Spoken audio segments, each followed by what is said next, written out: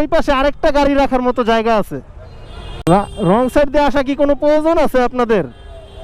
তো কি কারণে আসলেন? ওই রাস্তাটা তো ফাঁকা, ওই রাস্তাটা তো ফাঁকা আছে, তো আপনি কেন আসলেন? কে বলছে? আপনার তো হাইওয়েতে রং করতেছেন ওঠা, আপনার তো এটা ওঠাই তো প্রয়োজন নাই, আপনি ওই গল্লিতে থাকেন। পেটের দায়ে আপনি মেন রোডে অটো যে এখানে কত কিছু করতেছে, অটোর প্রতি কোনো নজরই নেই ট্রাফিক পুলিশদের। তো সবাই খালি কি করে, বাইকের প্রতি নজর দিয়ে রাখে।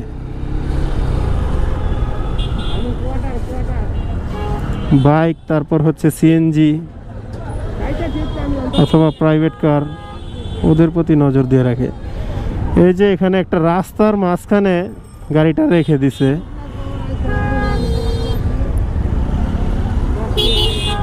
রাস্তার ওই পাশে জায়গা আছে, আপনার ওই পাশে আরেকটা গাড়ি রাখার মতো জায়গা আছে। যাবেন ঠিক আছে, কিন্তু রাস্তার মাঝখানে তো আর রাখতে পারেন না। রং সাইড দিয়ে আসা কি কোনো প্রয়োজন আছে আপনাদের?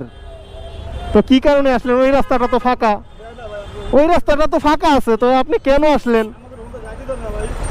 কে বলছে? আপনার তো হাইওয়েতে রং করতেছেন ওঠা, আপনার তো এটা ওঠাই তো প্রয়োজন নাই, আপনি ওই গল্লিতে থাকেন। পেটের দায়ে আপনি মেন রোডে উঠতে পারেন না। আপনি আগে কি করতেন পেটের দায়ে?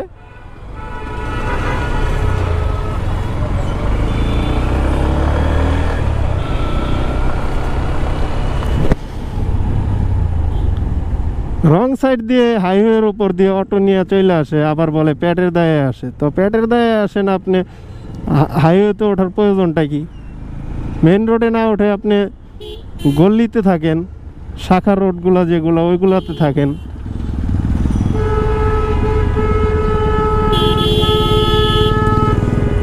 ও, খুব সুন্দর একটা মিনি বাইক।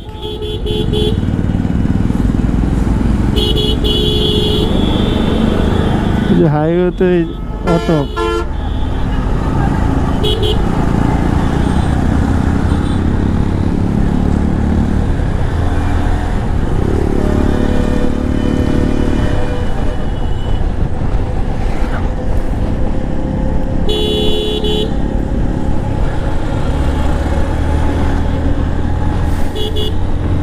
আসলে দেখেন বাসগুলো কি পাগলামি করে ইফতারের আগ মুহূর্তে।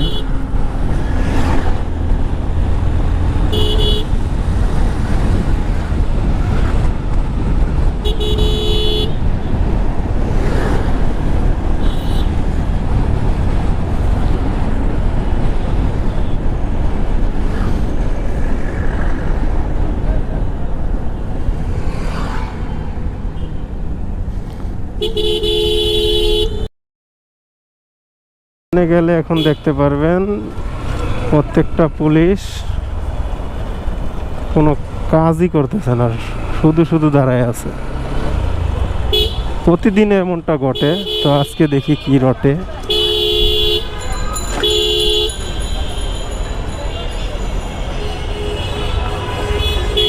এই যে অটো রিক্সাগুলো রং সাইড দিয়ে আসতেছে, বাইকগুলো আসতেছে, তো এদেরকে কি কিছু বলতে পারতো না?